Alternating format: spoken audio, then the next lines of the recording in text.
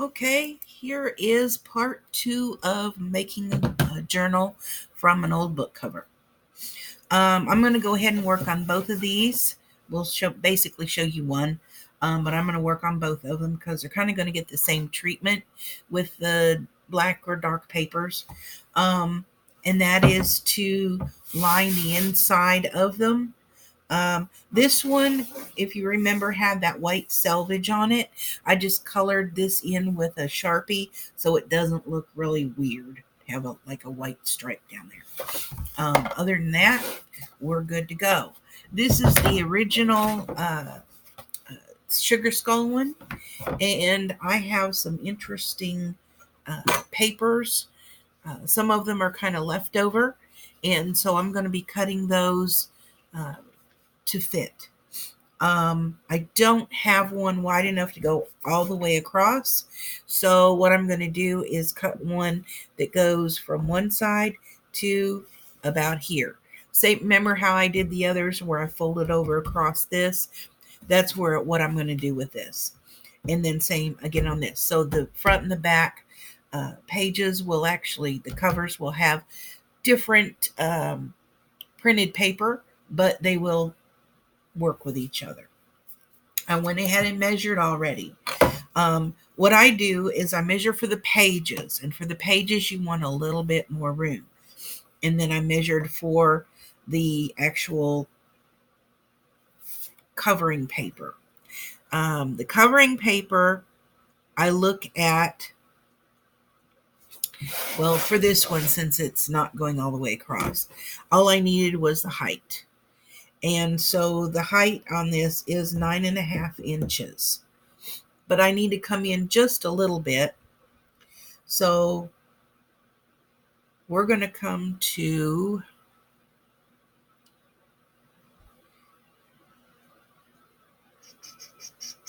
9.25. 9.25 for the basically the height of our paper. And the width isn't going to matter because it's going to get two different ones anyway. So that's what I'm going to do on this. The pages need to be, when you cut pages, I'll just tell you now. I usually go from where this bend is. And on this one, it's about 6 inches. So I'm going to go a little bit shorter than that. And then on the height, I'm going to go a little bit shorter. This one was 9.5. So I'll probably do, actually, okay, I'm going to do 9.25 there.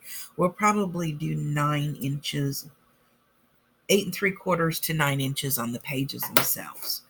You can just play with it and see, what depends what you're going to use. But for this, we're going to cut the end papers. And I use this. It's got a nice piece that slides out to measure, and it cuts and it scores. And I had wanted one of these for a long time. Something told me, and this happens quite often to me, I'll get this nagging feeling like somebody poking me in the back or beating on my head that says, go to Goodwill, go to Goodwill, go to Goodwill. That doesn't happen so much anymore because our Goodwill isn't that great anymore. But I found this at Goodwill for $1.99. I was flat amazed. That same day, I found several other things that I had been looking for and wanting, again, for really, really cheap. And I was so thrilled. But this has been a godsend. So anyway, one of the things that I also pick up whenever I find them are scrapbook papers because they're always so cheap.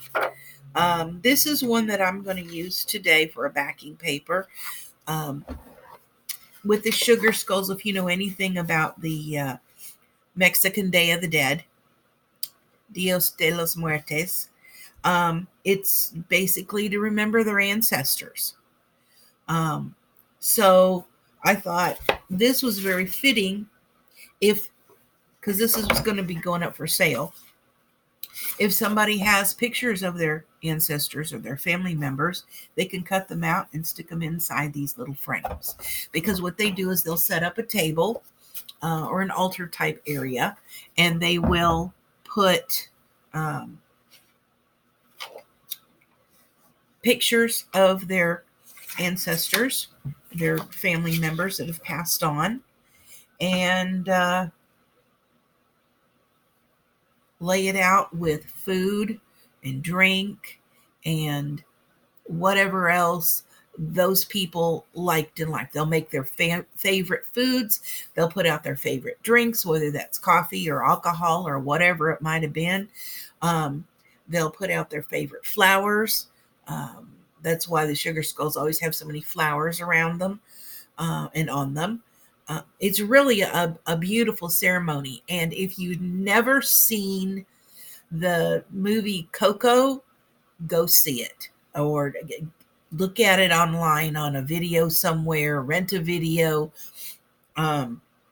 Coco is a wonderful movie, and it's not just for kids, even though it's animated. It's a great story. So there you go with that. Okay, now I want 9 1/4 on this. Let me see where that's going to put me.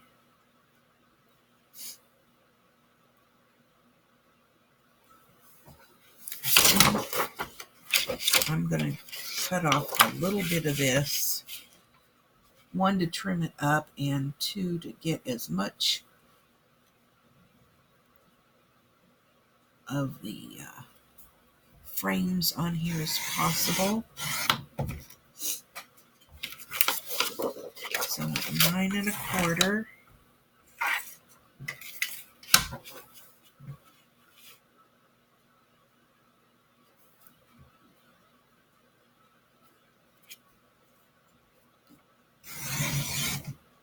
Okay. I'm not going to worry about that because that's going to go anyway. Here, this is the thing when you're buying used scrapbook papers. A lot of times pieces will be cut out. I have some that were drawn on the back with crayon. Doesn't matter. It really doesn't. Okay.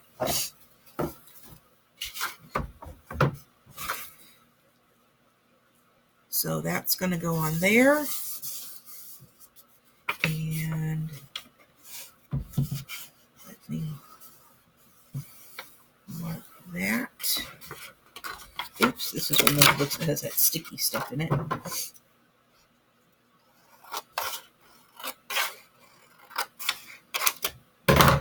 And we'll use that scrap for something else. Okay, now let's find another one for the back side.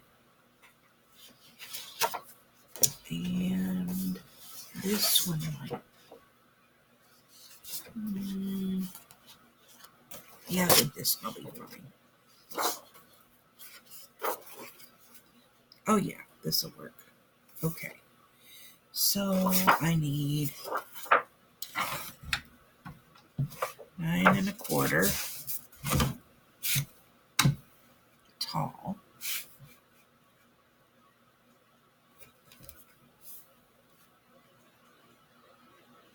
This thing is so handy. I use it all the time. It is not very good for cutting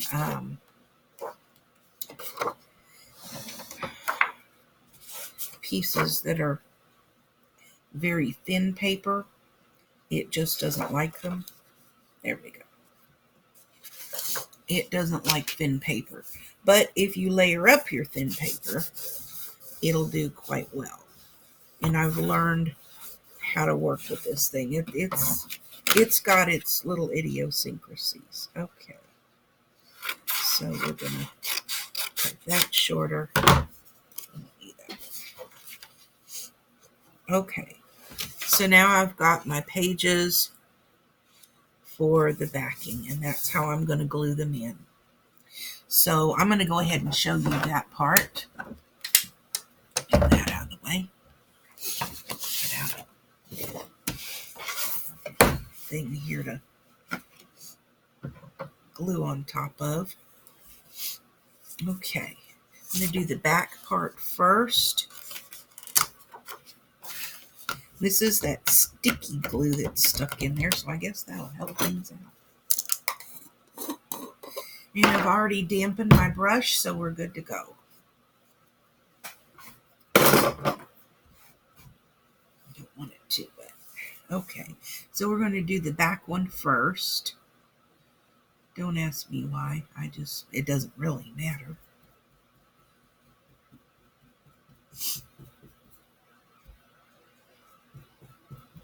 And just like before, you want a nice, fairly even coat, but you don't want it too wet. If you get it too wet and you can't get enough of it off, give it a couple minutes to start setting up and getting a little tacky. And that'll work. But mostly, if you're not taking a long time, you can just keep smoothing it out and it'll thin it out there for you. I tell you, I have really missed not doing videos. And a YouTube friend from Two Family Homestead reached out and said, "Why are you not doing videos? And you have really interesting ones. Why are you not making anymore?" And I explained with the issues with equipment, for the most part, it's been it. Although there's been a lot of family drama this last year, and that's kind of sent me into a tizzy. Personality differences and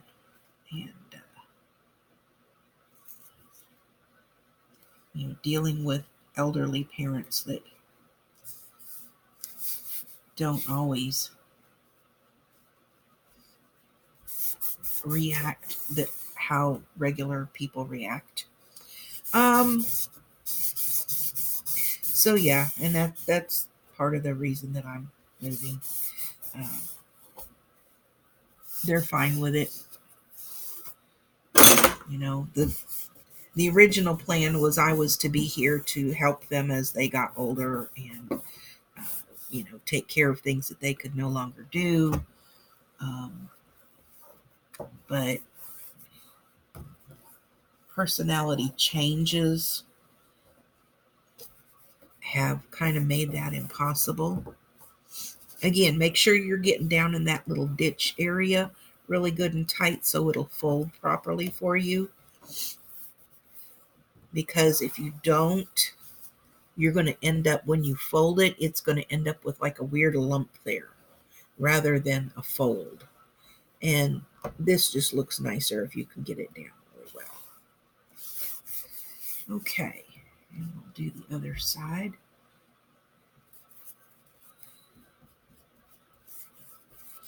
And I don't worry about how much and where I put the glue in the middle, because that's all going to get covered up with pages anyway when I sew in the signatures of pages.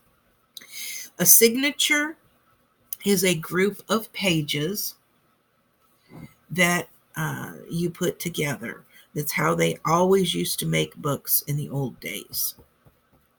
Nowadays, they kind of still do that, although paperbacks these days are just individual sheets just glued in. But most books are still made in signatures. How many pages you put in the signature is going to depend on how many you want, what you're going to do with them. Unlike a book that's just printed and is going to be read, the journals that I make generally have lined paper for writing. And then ones like these will also have a lot of, I'll probably put in about half and half of lined paper for writing and blank papers for, that's not what I want. Blank papers for people to paste in whatever they want. So they can do their own little art book or memory book or, whatever they want to do with it. And I try to line everything up so that it looks good. And then get it stuck down. And I try not to get glue on the paper itself like I did with the drip over there.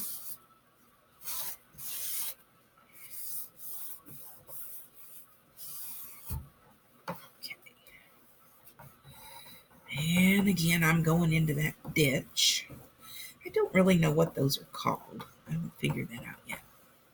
Anyway, back to the signatures. The signatures, I usually do at least 6 pages. If it's just lined paper, which is much thinner, it'll be a lot more. 6, like 6 pieces of paper that are opened up.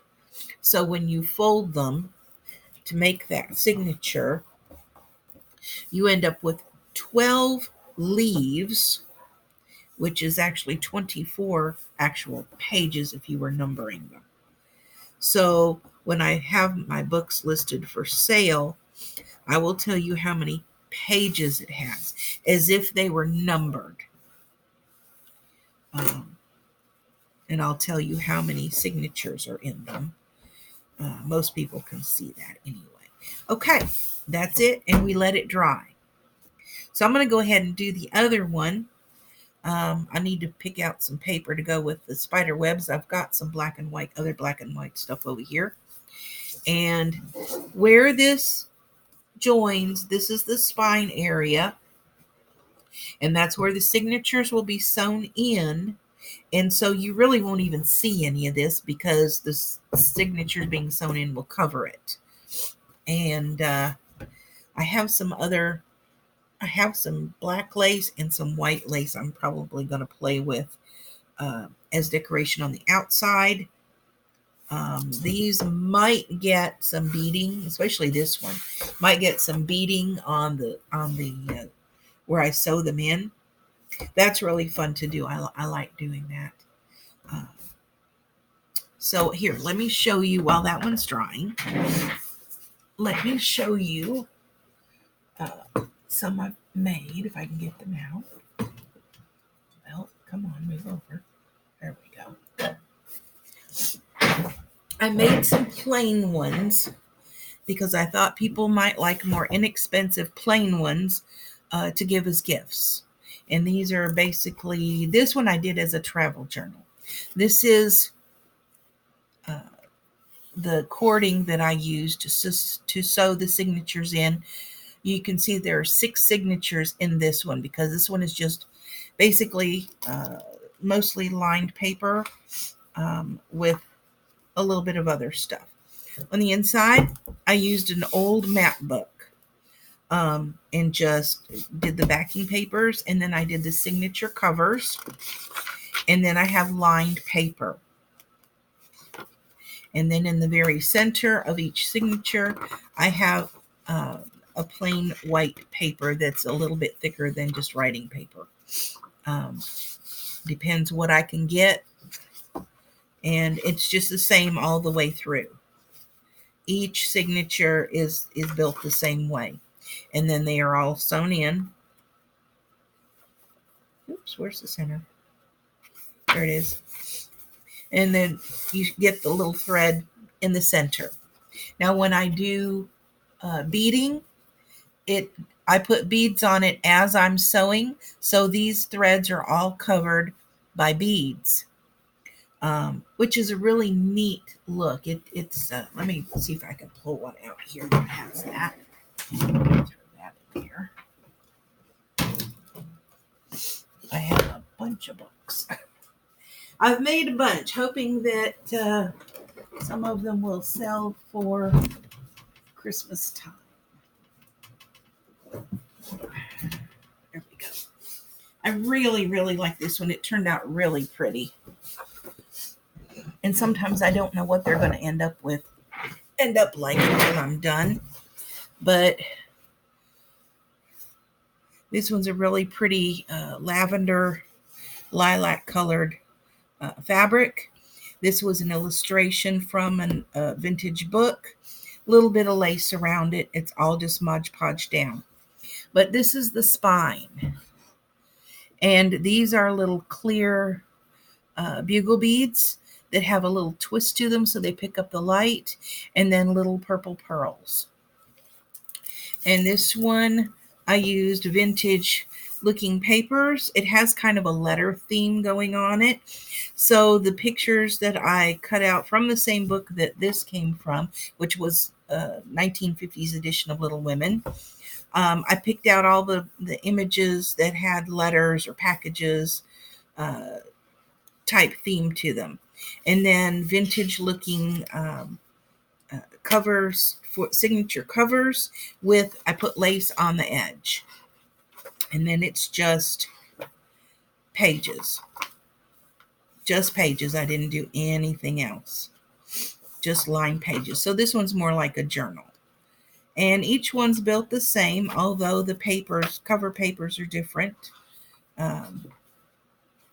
But they all do have that same color theme running through it.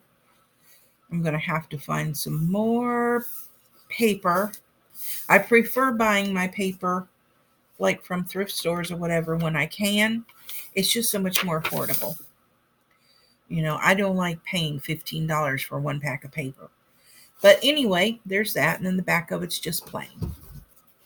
But this one turned out really, really pretty with the, I don't know if you can, there you go. You can see these bugle beads really catch the light pretty and they sparkle. Because the little bead of glass has an iridescent quality to it. And because the bead itself looks like it's twisted, it actually looks like the glass has been twisted. It just really catches the light pretty. So that's kind of what I do with these. And then I've got a variety of colors and shapes. And this one was, again, very plain with black and white. This one is a little different. This one is an artist sketch journal. So it has a cover page. It has one writing page. And then it has artist paper for the rest of it in the signature. Very plain, but very useful if someone's just wants to do drawings. And if that way they've got a little bit of paper there to write notes about it, ideas or, whatever goes through their head. And so that's what I did with this one. This one has 3 signatures. Here's a little tiny one with 2 signatures, very small book. This one might make a great, little address book or notepad kind of book. Again, just paper, lined paper, and nothing fancy, just lined paper. That's it. I kept these priced fairly low. If you're looking in my Poshmark store, you'll find them to be a bit higher, and that's because Poshmark takes 20%, whereas everybody else takes 10%. So if you want to purchase them directly from me, there may be, I don't know, at this point, we can still send messages, private messages through YouTube. You could also private message me and purchase directly from me, and I can price them a bit lower than I have them online. Mostly I do these videos for people that want to make their own. But, if you don't want to, you're just interested in looking at them and seeing how it's done, you can purchase ones I already have made. I really enjoy making them. It's really kind of a labor of love. From picking out fabrics to deciding what's going to go in it and how many signatures. It's just a lot of fun. That large one I worked on last night is going to be a really fun one. That one's going to be a pricey one. I've got some ideas for it as soon as I find all the components for it. I have a component for for some decoration for the front cover. It's going to be pretty special, and I'll be showing that as I make it. Anyway, that's how you line the inside of your book. And you see, once you fold it now, it's still a little pliable because it's still wet. I can still feel the coldness of the wetness through there, but it folds nicely because I've made sure everything is down in that ditch. Is it perfect? No, because nothing is perfect, but it's as close as I can get it. So there we are with that. I'm going to let that dry, and I will check in with you guys next time around for the next step. Have a great day.